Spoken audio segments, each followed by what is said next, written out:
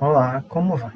Meu nome é Rodrigo e ficarei responsável pela apresentação do artigo Accountability e Atuação do Tribunal de Contas do Estado do Espírito Santo, um estudo sobre os motivos que causaram a rejeição das prestações de contas dos municípios capixabas, que fiz em parceria com o José Márcio, segundo autor deste trabalho.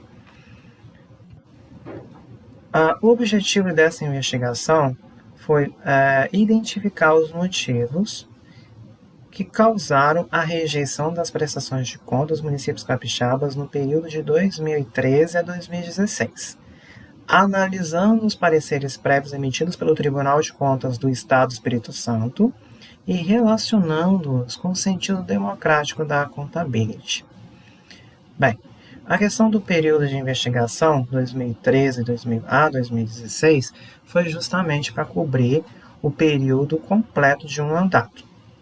Até porque, para que fizéssemos considerações importantes a respeito da transparência daquela gestão. Em relação a estudar o ambiente, o Estado do Espírito Santo, isso é justificado nos dizeres de Rocha, Zucoloto e Teixeira, que apontam que os procedimentos de auditoria adotados pelos tribunais de contas no Brasil, eles não seguem um padrão. Existe até divergência entre eles. E estudar a realidade do Espírito Santo pode servir de padrão para os demais estudos que tenham esse viés de investigar os tribunais em outros estados para saber se determinado resultado vai ser alcançado da mesma forma que foi alcançado na pesquisa a respeito do Espírito Santo. No referencial teórico, nós abordamos 2 pontos, escolhemos 2 pontos para discutir, que é o primeiro, a accountability e atuação do TCE Espírito Santo, e os estudos anteriores a respeito da atuação dos tribunais de contas. É importante fazermos uma observação em relação ao primeiro ponto, a accountability. Fazemos aqui toda uma discussão a respeito da accountability, o conceito, o que vem a ser a accountability horizontal, a accountability vertical, já que estamos falando desse aspecto do controle externo, né, nos estudos de O'Donnell, ele define muito bem o que seria essa accountability horizontal, que é justamente a participação dos órgãos de controle, estando os tribunais de contas, um órgão auxiliar do Poder Legislativo no exercício do controle externo. E os estudos anteriores vêm trazer essa literatura a respeito, né, dos tribunais de contas e suas atuações em outros estados. Também num estudo mais geral de todos os tribunais, a gente buscou colocar essa literatura também disponibilizada aí. O trabalho, no aspecto metodológico, ele se enquadra como uma pesquisa qualitativa e descritiva.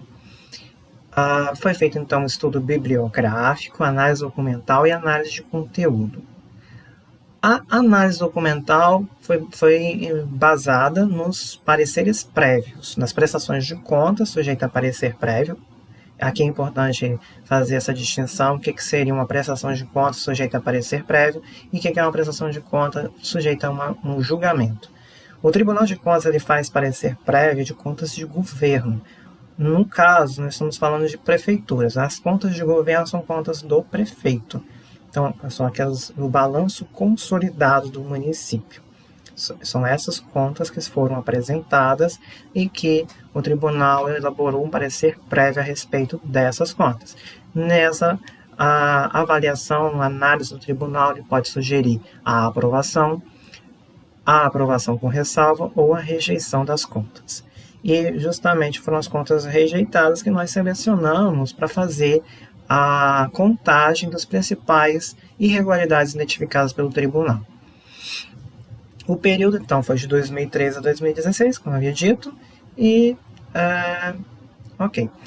a coleta dos dados foi realizada no período de 10 a 20 de maio de 2020, no sítio do TCE Espírito Santo. Existe uma plataforma específica em que o Tribunal de Contas disponibiliza os pareceres prévios, que é a plataforma Cidades. foi justamente nessa plataforma que nós localizamos os documentos em base dessa pesquisa. Buscou então escolher o período 2013-2016 para cobrir a análise de um mandato completo de uma gestão. As categorias temáticas selecionadas para esse estudo foi justamente os resultados. A gente vai ver que depois, na ordem das irregularidades, elas vão aparecer nesse ordenamento aí. Elas são categorias pelo frequenciamento. As maiores frequências, nessa ordem aí, irregularidades relacionadas à escrituração das contas públicas, depois vem a apuração do déficit orçamentário e financeiro, descumprimento do limite legal com despesas de pessoal, irregularidades relacionadas aos créditos adicionais, irregularidades relacionadas à documentação de prestação de contas e ao controle interno, inobservâncias dos requisitos legais para limitação de empenho, despesas contraídas nos 2 últimos quadrimestres de mandato sem suficiente disponibilidade de caixa para pagamento, não recolhimento das contribuições previdenciárias, descumprimento do limite constitucional de aplicação de recursos na manutenção e desenvolvimento do ensino e em ações de saúde, e outras irregularidades. Dentro desse percentual,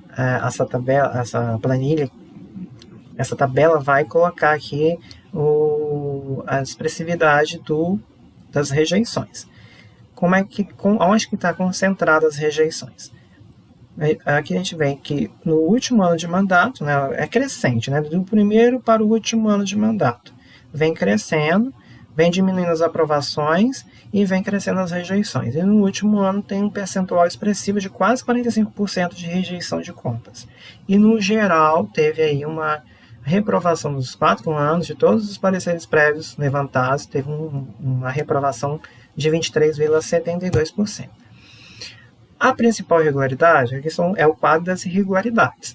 A principal está em irregularidade relacionada à escrituração das contas públicas, que representam um total de 34,23%.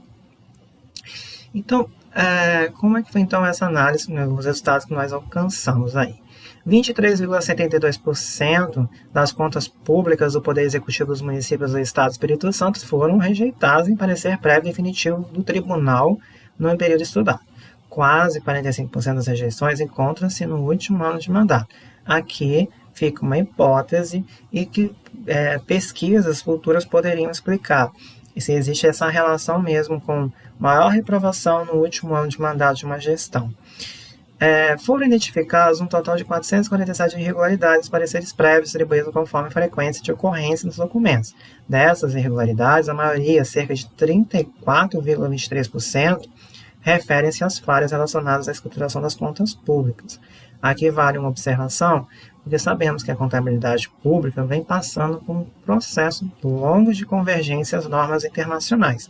Um processo iniciado lá em 2008 e que vem avançando, né, principalmente de 2012 para cá. Muitas dessas normas internacionais já encontram-se traduzidas e já válidas para aplicação. E nem sempre a realidade desses municípios, muitas vezes são municípios pequenos, de uma estrutura muito limitada, consegue atender em todos os seus aspectos as novas normas de contabilidade. Então aqui a gente pode também analisar mais aprofundadamente a questão da capacitação, do treinamento desses profissionais que lidam com a contabilidade. Não é só uma questão de uma irresponsabilidade de um gestor, mas também como que é esse corpo técnico, né? Vocês estão atendendo na plenitude essas normas, né? Conclusão.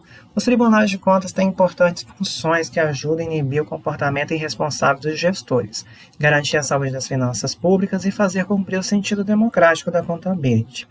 Apesar de todo o potencial de accountability atribuído aos pareceres prévios emitidos pelo TCE Espírito Santo, constatou-se que as decisões são proferidas exclusivamente sobre os aspectos legais, deixando a desejar uma análise das contas públicas quanto à economicidade, eficiência, eficácia e efetividade.